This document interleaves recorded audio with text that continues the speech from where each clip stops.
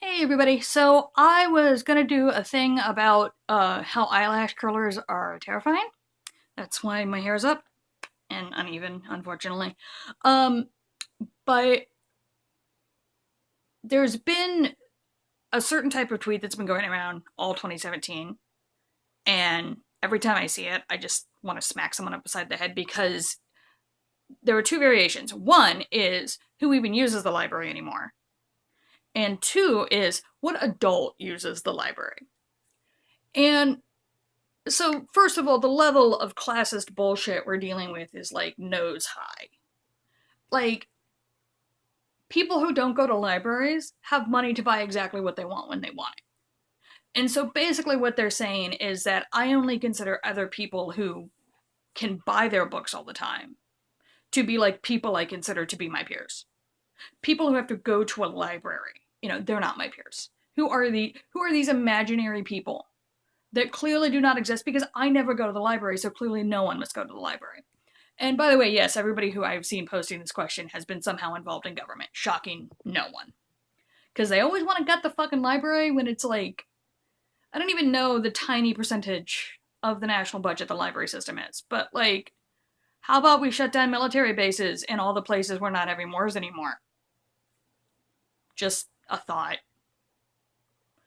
Um, but like the thing about it for me especially is like how fucking tone deaf it is in terms of like who would go to a library? Oh, I don't know, a bunch of fucking broke millennials.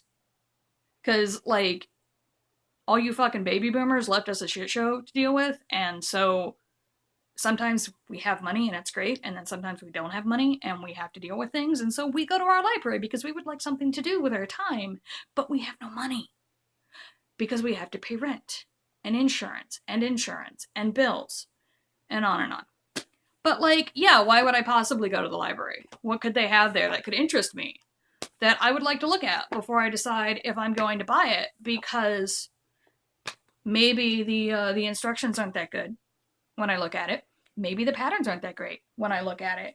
Or like, maybe I've heard about books that I want to read, but hardback books are like $20 to $30, and so maybe I go to the library to see if they have them, and then they do. And like it's stuff I'm only gonna read once. So I don't want to buy it because then I'm just gonna read it once and it's gonna sit on my shelf and just gather dust. Like, so I'd much rather go to the library and grab a copy so that I can read it and I can have thoughts about it. And then I can take it back to the library and not have it judging me on my shelf. Or maybe, I don't know, maybe there are adults who like comic books. And even though you have the Comixology app and a local shop, and they're both awesome, you don't necessarily always know what you're in the mood to read. And so you just kind of scour the aisles a little bit and see what happens. And then you come home with enough books to start your own library.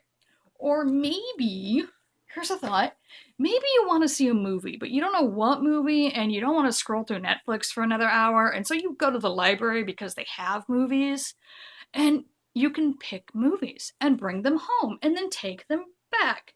And then you don't make your wife try not to murder you because you've spent an hour sifting through Netflix and Amazon Prime and Hulu and Crackle and Vudu. I think that's it. I think those are all the ones we have. We have a lot. But just, it really is the classism here that gets me the most. Who could possibly? Especially the adult part. Like, libraries have secretly been for children all this time. Because, when they opened libraries and they chained books to desks, it was to keep kids out.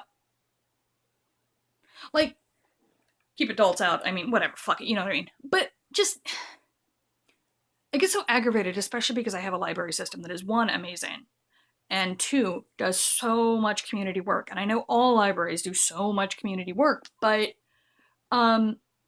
growing up where I did, we had one library, the county library. It was like 3 blocks from me, but it was out of my sight 95% of the time. It was in a part of town that I didn't drive by. And when you know how small my town is, it's pretty amazing I didn't drive by it. And I also stopped going when I was about 10 or 11 because I was really bad about returning books and I never had money for fines. And so I just kind of stopped going. And I think it was last summer, the Multnomah County Libraries passed a new rule that if you're under 18, you will no longer be fined for your books. Now, if you check out books on your parents' card, and it's like getting back, your parents will be charged a fine, although I'm sure they'll negotiate it. But like, all these kids in town who go to the library during the summer because they need books to read because they don't have as many books at home, or because it's air conditioned and it's 100 goddamn degrees outside, and so they get some books. They can be late with their books, and they can come in and they can get more books. And like, I cannot tell you what that means to me as a grown-up poor kid. That like, you can keep getting more books. It's amazing. And like, when did libraries become a bad thing? Because that's really what it sounds like. Like, ugh, libraries. Like, when did having a place full of free books become a bad thing? And please do not answer that question in the comments. I don't want to see that shit. Because, like, I know the answer. We all know the answer. But I just don't want to. Anyway, so that's today's sort of low-key rant. I have to go fight with a pomegranate to start dinner. And I do the eyelash curling one later. They're so weird.